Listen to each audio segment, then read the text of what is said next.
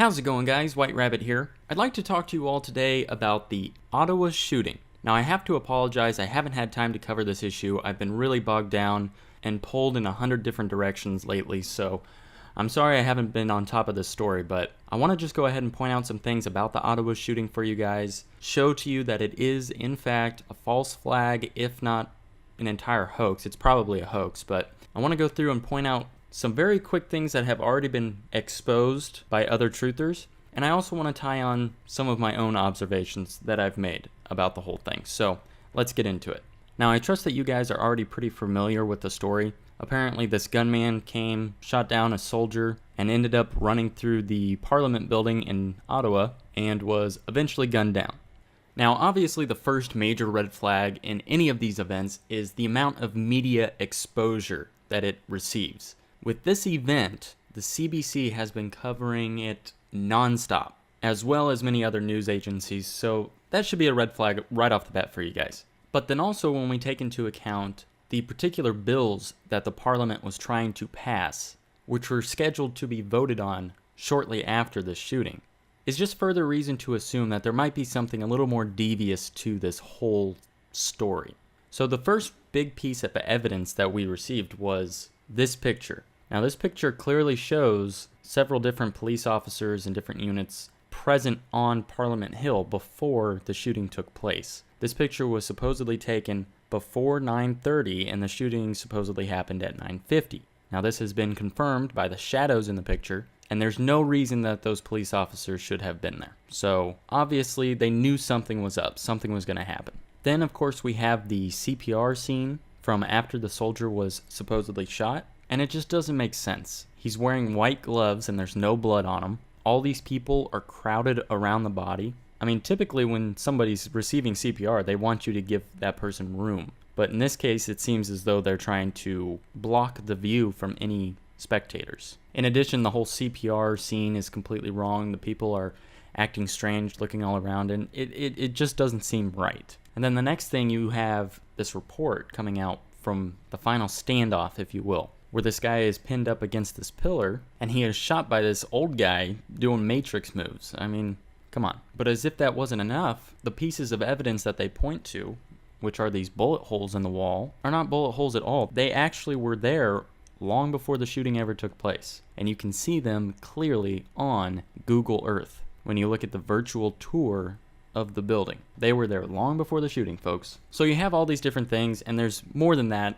I just wanted to give you guys a few quick pieces to the puzzle in case you weren't totally familiar with the shooting yet. But let's get into what I wanted to talk about. Now, this is Parliament Hill. This is where the shooting supposedly took place. And what I want to talk about and what I want to point out to you guys is the overwhelming amount of symbolism, occult symbolism and satanic symbolism, and even Saturn symbolism that is engulfed in this whole area. And the reason that this is so significant, I'll explain in a few minutes, but let's first just get familiar with the landscape. Now, right here we have the monument.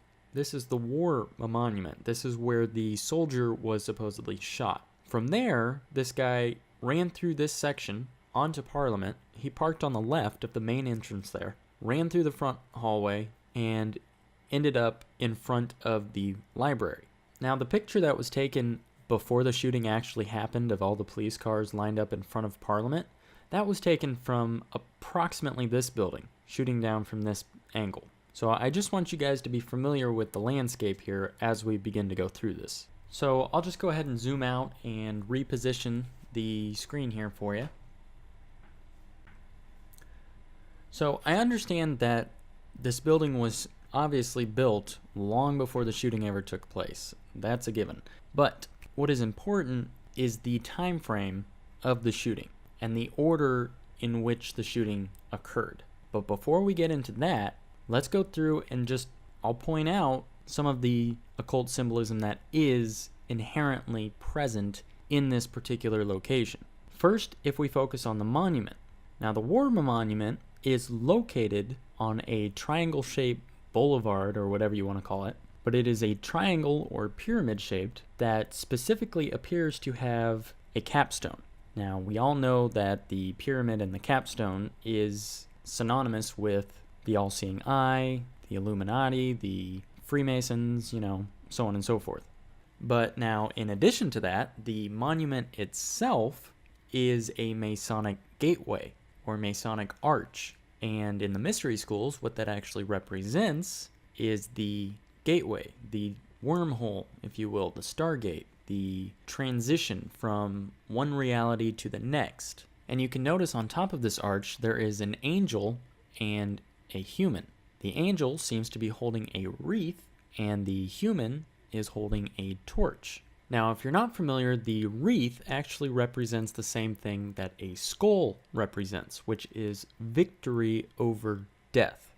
And that, of course, just goes hand in hand directly with the whole symbolism of the arch itself. But in addition to that, the human appears to be holding a torch, and the torch represents the intellect, or the enlightened ones, the forbidden knowledge, if you will. So when we look at these two combined and these two things together, in addition to the actual arch structure itself, this is absolutely 100% a Masonic or occult representation of their entire beliefs and the goals that they are pursuing.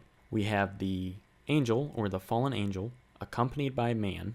We have the symbology of the victory over death through intellect, through knowledge, encompassing in this arch, which represents the passageway from one reality to the next, from one dimension to the next. We have the soldiers who are actually going through the archway, which actually represents the way in which they are going about accomplishing their goals by sacrificing soldiers. And to top it all off, sitting before this archway is a tomb or a stone casket. And this, of course, all in conjunction with each other, represents a Masonic altar. This is a very occultic monument. It has a lot of representation in it. And as we talked about, of course, it's on a triangle with the capstone missing. In addition to this triangle-shaped island here, we can also see that the foliage surrounding the monument forms a kind of C on either side of it. And again, this all has to do with portals, especially when we see two C-type shapes on either side of each other. That's another representation for wormholes or time manipulation, especially when you see the symbolism of an X going through it, or a plus sign, or what that represents is the light particles being shot at each other in order to create a gateway, or at least that's the theory. It's the same thing that we see at the Vatican. If we refer to the Vatican, where they have the obelisk, and on either side of it you see the two C formations, the two C's, and in between you see the X and the plus sign, representing the particles of light being shot at each other. I mean, it's all gateway symbolism. It's all occult Masonic symbolism. So again, if we jump back to the triangle-shaped island here where the memorial is fashioned, we see the C's, we see the X, or the seal of Saturn, or whatever you want to call it, in the middle of it. It also, this whole platform forms a kind of keyhole shape, and you have these stairs that lead up onto the platform, as if there is an ascension that one goes to in order to be in this vortex, if you will. So it's all just the same old occult symbolism representing gateways and passageways and so on and so forth. The next thing I want to draw your attention to is this fountain, or this eternal flame that is present in front of the Parliament building. It is a circle that has a flame coming out of the middle of it and is actually a fountain. So what does this represent? Well, obviously we have the eternal flame representing the knowledge or the light or Osiris or the sun, the secret knowledge, and it's also in combination with water representing Isis or Virgo, the Virgin, representing the womb. And it's all, the Wiccan type or, occult type symbolism again. And when you take into account that it's surrounded by dates, it becomes obvious that it is some sort of clock, or could be interpreted as a clock of some kind. So again, we have the symbolism of time. And from the fire and the water, we get the symbolism again of the birthing into their new world, or their new realm, or the next dimension, merging the worlds together, bringing about a one world order, or the Antichrist, through these agents that the fallen angels have employed to bring about their master plan. And I know a lot of you guys new to this stuff are probably listening to me describe this and thinking to yourselves, well, this guy's off his rocker. This is clearly just a fountain. But trust me, guys, when you start to research this occult stuff and you learn what all these symbols represent and the deeper meaning behind them, it becomes clear what these things are. And if you don't believe me, well, you can just look on top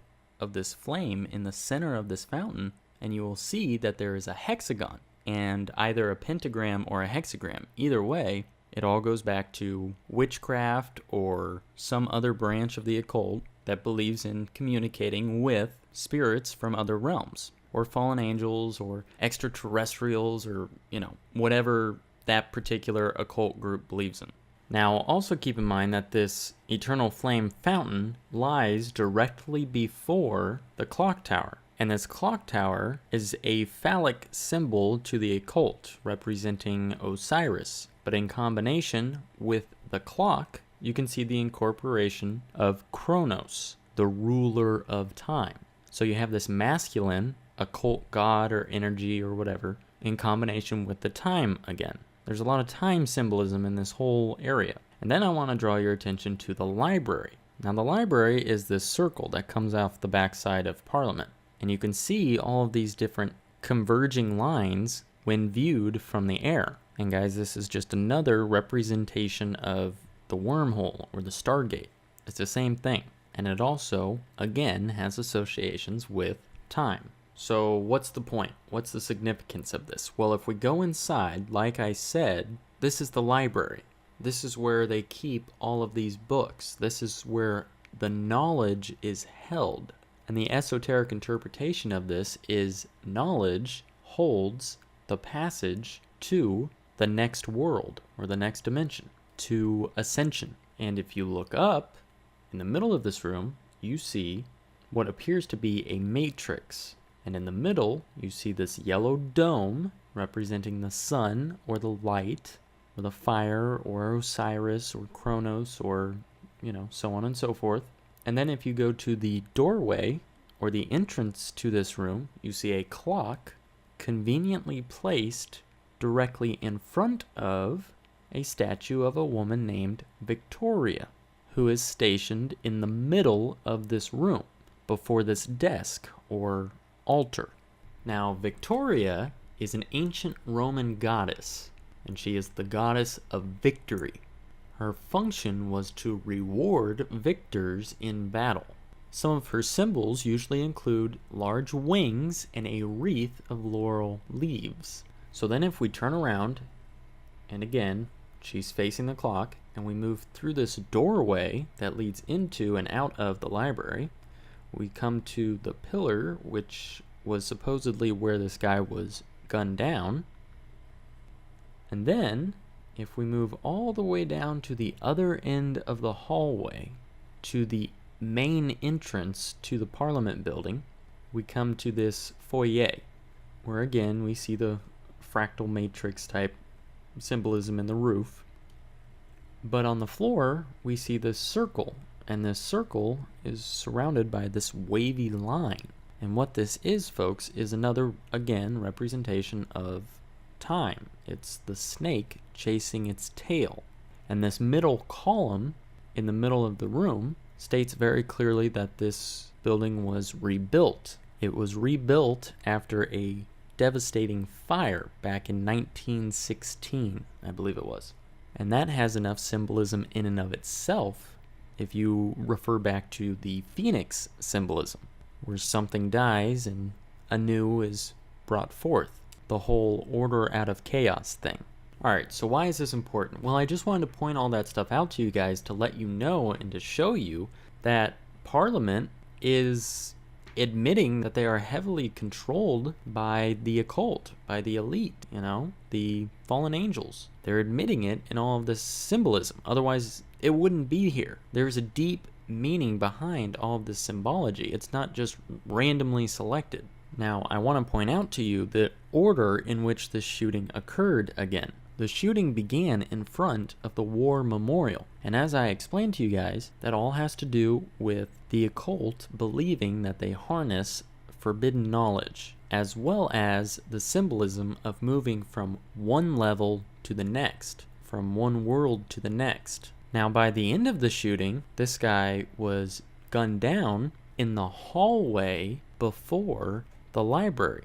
And as I explained to you, the library has basically the exact same symbolism that the war memorial had, especially when we take into account the statue of Victoria in the middle of the room. And Victoria is depicted holding a wreath, just like the angel is holding the wreath with the human holding the torch found on top of the war memorial. And these both represent victory over death and the passage from one thing to the next, from one dimension to the next. My point is this: the whole shooting and the whole narrative of the shooting and where it took place clearly explains to the elite who are aware of these secrets and of their representation that the shooting itself is of a monumental importance and is vitally important to their New World agenda. You can think of it as a type of occult ritual. And if it isn't an actual hoax and it's just a false flag and people actually died during it, then you can go ahead and consider it an occult sacrifice. So there you go, guys. I just wanted to throw in my 2 cents on this whole Ottawa shooting, false flag, and kind of show you guys all the symbolism that I noticed revolving around this whole story. Let me know what you guys think. If you haven't already, please like and subscribe. Thanks, and God bless. Oh, and P.S. guys, I'm going to be uploading a video or two to my second channel here in the next couple of days. So if you haven't already subscribed to my second channel, The Hatter, please do so, and I'll see you over there.